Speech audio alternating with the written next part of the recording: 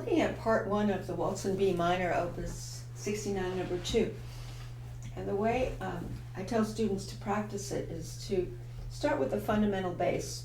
And that means the very first beats of each measure gives you the ground or the bottom of the harmony. Because what the pattern is in the waltzes in general is a fundamental bass on the first beat and afterbeat chords.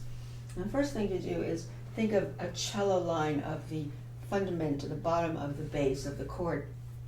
And so you want to, when you do that, you want to make sure you play them as if you were bowing on a cello, these notes, so that they don't get frivolous and they don't sound like you're just doing the notes as an academic exercise. Oh, I know where the notes are, and that's step 1, but it's more that you're milking those notes for their beauty, as if they had vibrato and long bows. We can't do vibrato on the piano, but we can come in under the note like this. So now we think of 1, 2, 3, 1, 2, 3.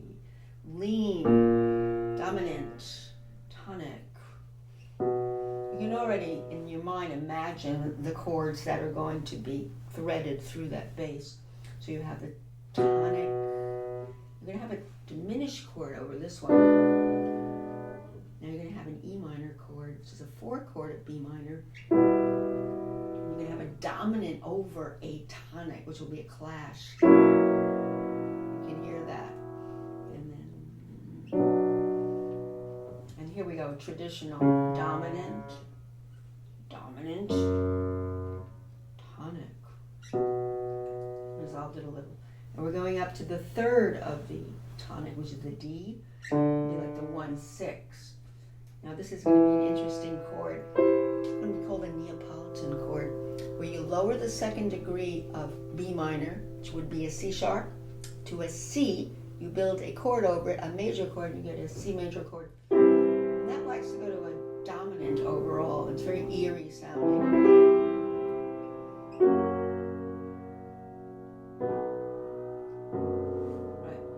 Neapolitan. It's wild. And in this case, what he does, he delays it a little going to the actual dominant by going to the 1-6-4 of B minor, which has the same bottom note as the dominant. A 1-6-4 is the 2nd inversion of B minor. So you have the F sharp down there, but that's not a dominant. But to turn that into a dominant, you slide down 2 notes here, neighbor notes, to that. It's going to delay it a little, so the impact of that Neapolitan is not as poignant as if you immediately went to the dominant. Nonetheless, it's a surprise where you hear a C major chord in the midst of B minor, which doesn't fit into the B minor scale if you build chords on it. But it's again called a Neapolitan, so you'll hear what it does.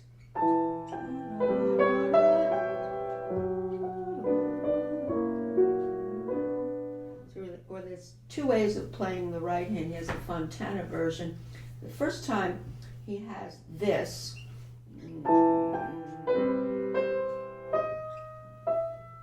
which would then go to 1-6-4, but then here's the dominant. The second time it does not do the Neapolitan. The second time he makes a C sharp here, which is part of a diminished chord in the right hand, so you'll get this. And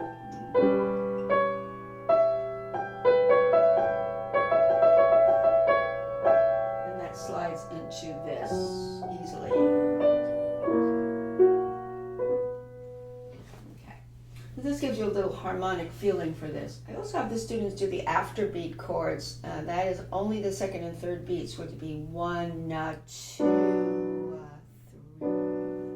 1, 2, less, 1, 2, less, 3 beat. The 3rd beats are lightest, but they're still the duration of the quarter notes. You don't want to make them snapped all of a sudden. You want to keep them as full quarter notes. 1, 2, less, 1, 2, less, 1, dominant. It's a 4-note chord, less, resolve it in. So the voice leading is very nearby. You're not jumping on these afterbeat chords. If you think of them only next to each other, not with the jumps down to the fundamental bass, but if you just isolate them, you can see that they're neighbors to each other, the afterbeat chords, which helps you learn them without thinking that you're jumping so far, because if you know your fundamental bass and you know that these afterbeat chords are neighbors to each other, then your brain is working more, consolidating them into being not huge jumps. They may be a jump from here, but the next one you know is a neighbor, the next afterbeat chord.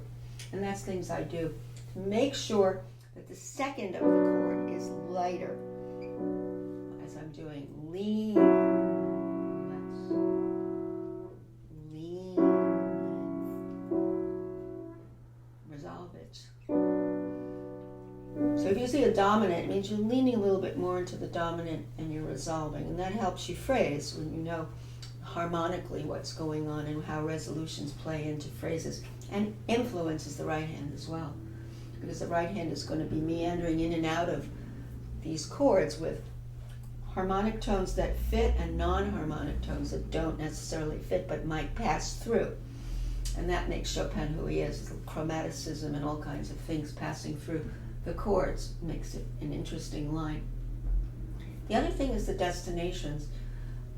When you do the right hand, and I usually reserve the right hand for after I practice the left hand in that stage that I did with the fundamental bass, and then separately with the afterbeats. And then I go to the melody. So because you have a tied over note, you don't want to stab that note as if you have a pencil finger. It has to swell out because it's tied over. And so what you do is you use a wrist motion. This is a good thing to practice. It's going to be tied, so it's going to be quarter tie, body, da dum. So quarter tie, and out of that is so that A sharp. Now you have to answer that. Answer it. And what I did is I answered it, meaning that I knew the first measure, or first two measures basically, had the embodied the dominant on that A sharp, and the answer to that came in back and folded into the tonic. And so I prepared myself internally to shape down the answer. And if you just go a little bit ahead of yourself and you just do fundamental bass and melody, you can still get that feeling of leaning toward the dominant and then folding back into the tonic. And that's an arm weight use, an arm weight variance. It's not only arm weight, but it's a use of the wrist to shape the line as it curves around in certain parts of those eighth notes. So this, underneath, to the A sharp. And this is the answer.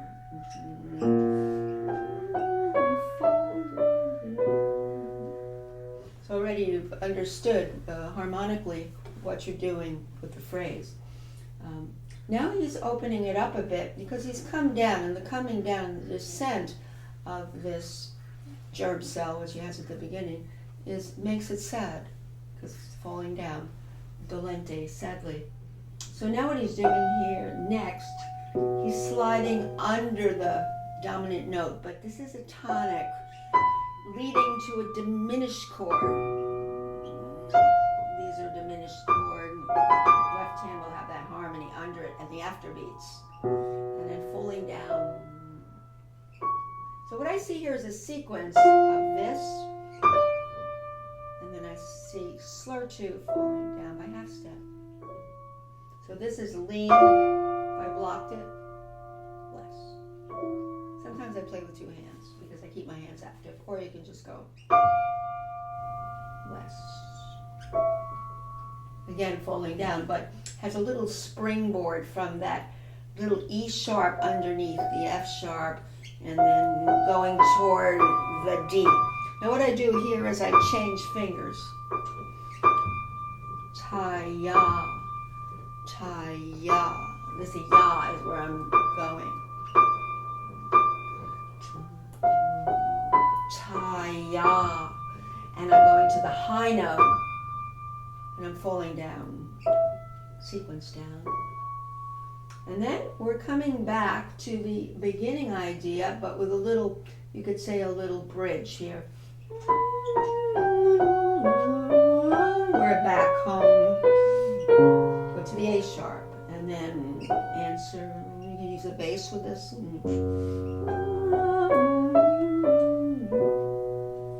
Now, this next line is the climax of this section. It's the peak point of the section. Why? Because instead of having these kind of short ideas where you have a tight over note and then a bunch of eighths to a half note, it has a long stream of eighth notes.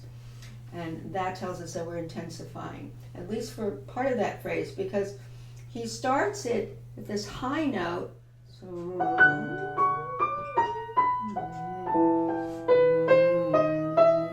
but eventually he's falling down. So embodied in all of those eighth notes is a intensification for at least half of that stream of eighth notes, and then a de-intensification and resolution folding back in.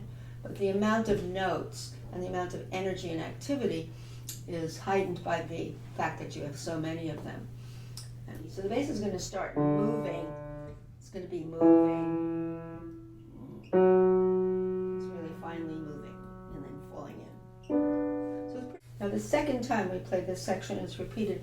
There's a note in my edition here that Chopin changes the left hand to a C sharp here instead of this Neapolitan chord. Goes to that, and then he folds it into the perfect authentic cadence 1 6 4 5 1. So now we have a diminished chord that's going to run through this because that's diminished. The melody is going to kind of go in and out of that. So what you have is just doing fundamental bass for a moment, but then he's gonna do change fingers.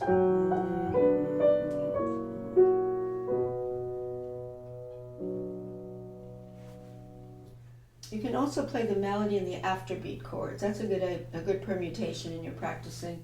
I'm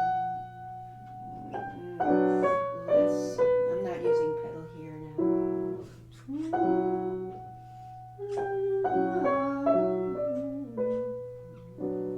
Delay to there. Right hand, fall down. All the way around to the destination A sharp. Delay.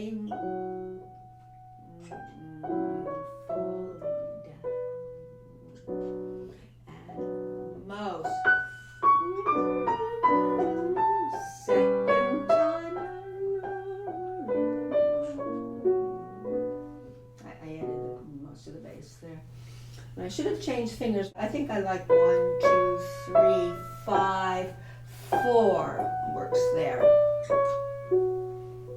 I generally speaking in this romantic era music, if I have the same notes next to each other, whether one is a long note value and the next one's a shorter note value, or whether they're 2 eighth notes with the same pitch, I change fingers to get a different color. And so I don't get this, I'm not tempted to play them as 2 tap finger pokes like that. So that really helps me.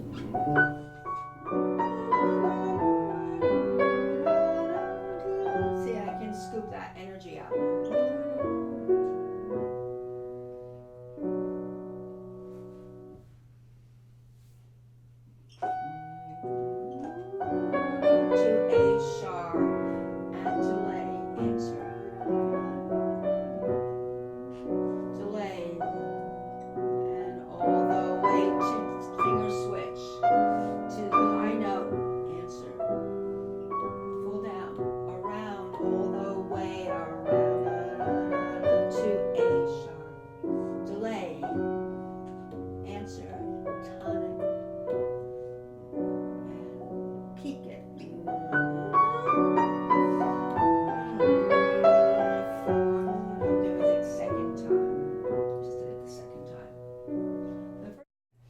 To know what mood set you have for this page before you play.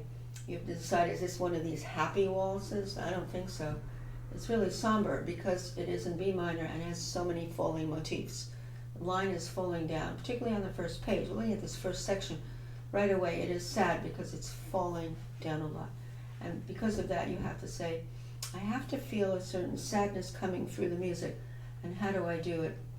I also want to get a beautiful legato so it doesn't sound like I'm playing up and down vertical sounding notes. I want to phrase horizontally and floating the notes. Floating is very important, and dragging notes to get legato. You really are dragging arm weight across your fingers. Your hand has got sort of a basic hanging weight, and you're just thinking that maybe you're playing into the honey and the molasses and you're dragging through the notes. And that's hard to do because sort of this feeling of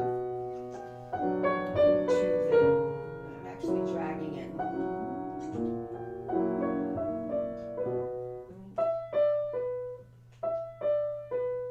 I'm not using that much finger action, but I know the notes under my hand, and I'm definitely, feeling that resistance under my hand, so that I'm just dragging through that resistance as opposed to any hard turf here. It has to be a very honey-like feeling that you're going into in the piano for this piece because of the legato, particularly as we do the first page.